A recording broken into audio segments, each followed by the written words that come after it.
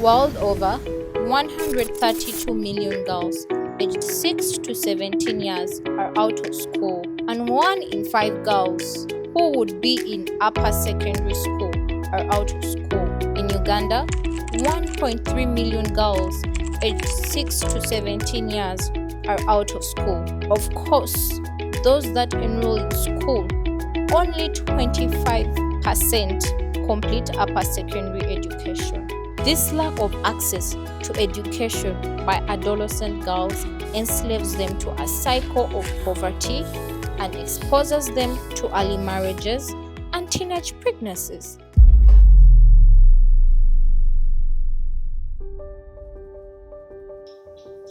I was born 32 years ago as a seventh born of 8 children to Mr. and Mrs. Musisi of Dugomba.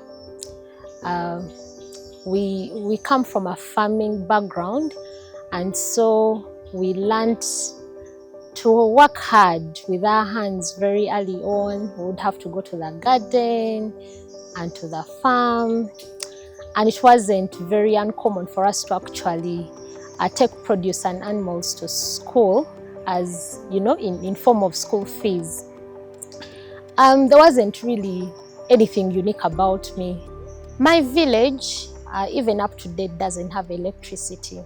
We didn't have running water. We didn't really have good schools, and even putting on shoes was such a luxury. And I remember when I started school in my primary one, our class was actually under a tree. And so our school time was dictated by the weather, and that's, you know, the blackboard would have to shift according to where the shadow was. But I loved school really much. I loved school a lot, and I wanted to be a doctor from the age of 6. That was always my dream. And my family was very supportive and really invested in giving me a good education. I worked so hard in school. I don't think there was a time in my education where I wasn't among the good performers in school. And so I basically had a good sail through school. Unfortunately, I wasn't able to get onto government sponsorship for medicine and surgery at the university.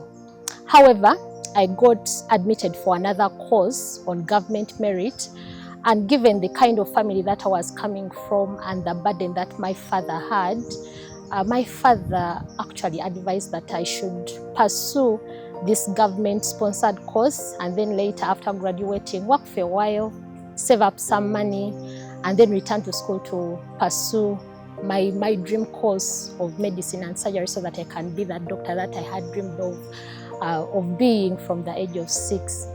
However, my older siblings offered different advice. Given that I was coming from a very poor community, they thought that I would have opportunity to get a scholarship once I had enrolled into university as a private sponsored student. So the plan was that after enrolling me into university, I would have to actively look for a scholarship. And looking for a scholarship, I actually did, but none of them actually materialized. I applied to District Quota, to State House, Madivani, and various scholarship opportunities, but none of them were able to get me onto their programs. Unfortunately, in my second year, my father suffered from a terrible hand infection, and we had such a protracted stay in hospital. He wasn't working and earning well.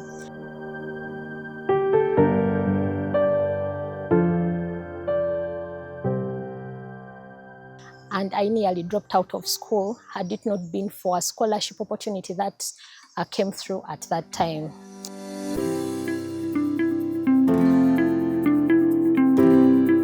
The evening that I got an email from Wells Mountain Initiative telling me about my scholarship award remains very vivid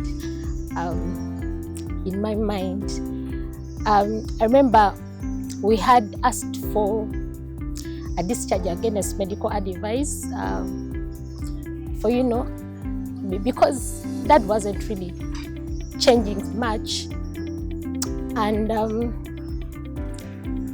that evening, my dad had retired early to bed. And so when I got this email, I was really, really excited because school was about to resume maybe in a couple of weeks.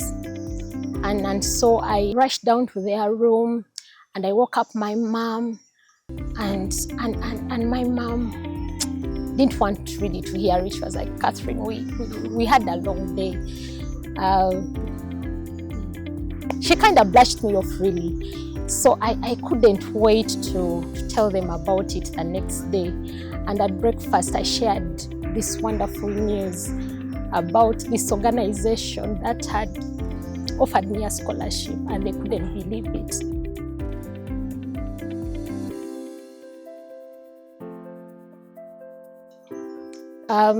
They couldn't believe it that somebody who didn't know about me, somebody that no one in my family had connected me to, had offered a scholarship opportunity for me.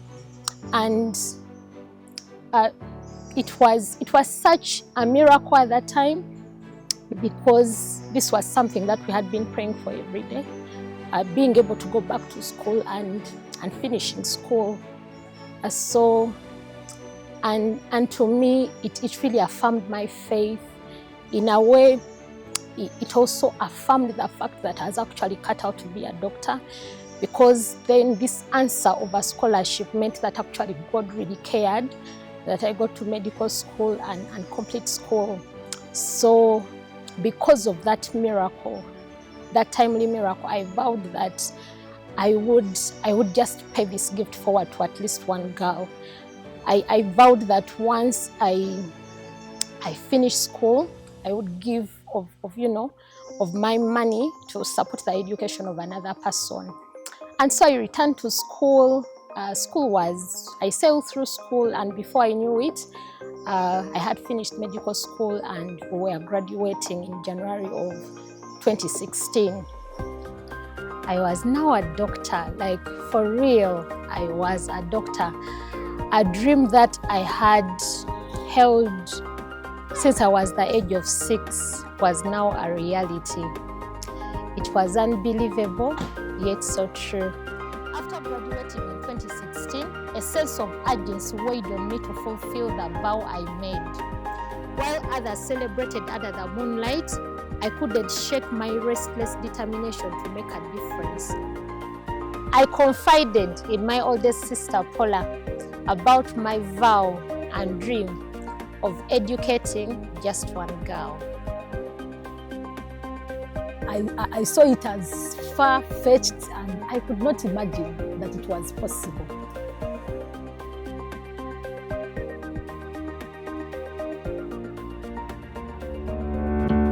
After sharing this dream with Paula, I kept talking about this dream with different friends of mine. Some of them I was doing internship with. And the more I talked about this dream, the more it started to evolve, and I started signing partners, but also the dream of educating just one girl grew into a bigger dream. And as a result, Unstoppable Uganda was started. In 2017, we were able to send our first girl to school. And the money that we used to send this girl to school was mostly from my savings of my internship allowances.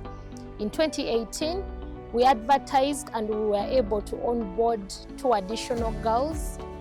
In 2019, we onboarded 4 additional girls, and we have been growing every year. And so far, we have given scholarships to 57 girls.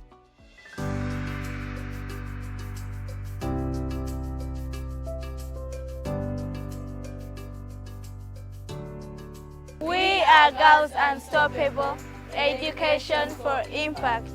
The desire was to give this opportunity to one girl, but over the years, it's changed to 4 girls per year. And currently, our goal is to educate 1,000 girls by 2026. So far, we have been able to educate 57 girls.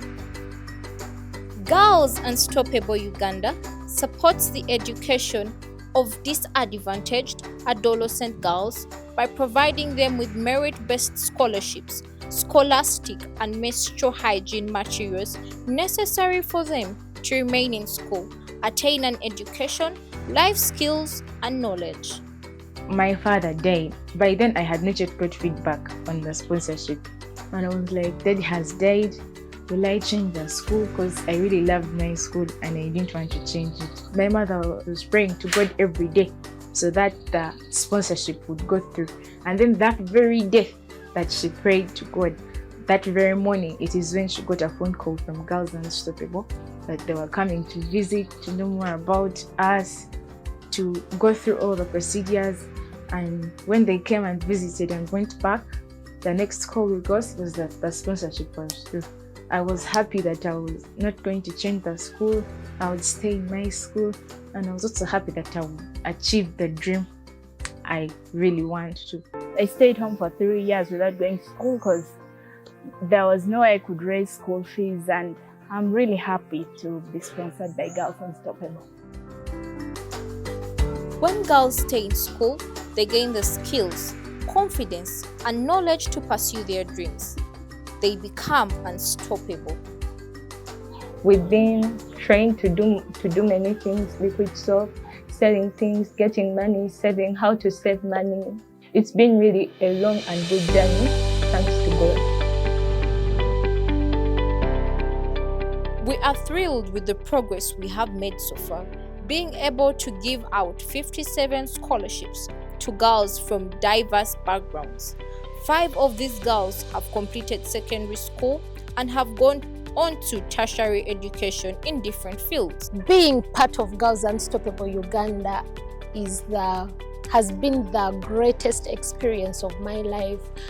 I have found this work to be much more rewarding and fulfilling than even the work that I do of caring for the sick. I have seen these girls join the scholarship program. They get to become confident, to acquire skills, to excel in their academics, to take on leadership roles in community and at school.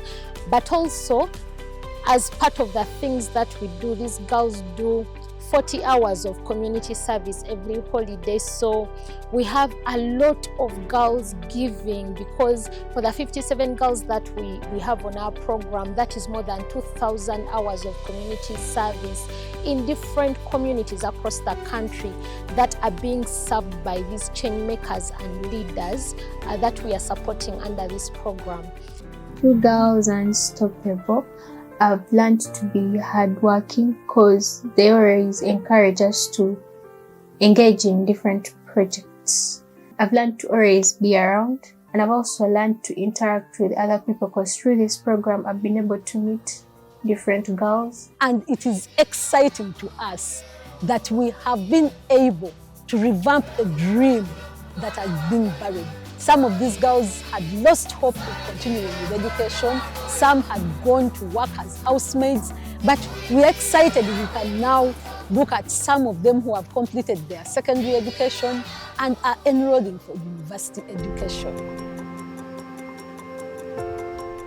The work that Girls Unstoppable Uganda does of educating disadvantaged adolescent girls is a very challenging work. However, it is work that we must support. It is work that all of us should be part of. Every time we put out a call for applications, we receive very many applications of girls from all over the country. And many times after the initial screening, there are very many who get onto the stage of home visiting. Oh, it is a very tough stage because you get to meet the girls and their families, and you realize that if they do not get this scholarship, they do not have any other opportunity of completing their secondary education. Some of these girls are out of school Some of these girls are at the verge of dropping out of school. And even when you go to do the home visits and you get to interact with them, it is always very, very heartbreaking when we do not award them scholarships because of lack of funds. And so this day, we are calling out everyone to come and join us so that we are able to support more girls and help them complete their secondary education. You can support with as low as 10,000 shillings. You can bring in that 20,000. You can bring in the 50,000. Or you can even sign up to support a girl by giving us 200,000 shillings per month, which is a total of 2.4 million shillings per year. Your support matters a lot to us. And with it, we are sure that we will achieve that dream of educating 1,000 girls by 2026. Join us today. Every love gift of education that you give to a disadvantaged adolescent girl translates into transformation at individual, community, and global levels. Komao Cheishe Poya Mate Mwebale nnyo. Merci wewale mnono Alama noi. asante sana.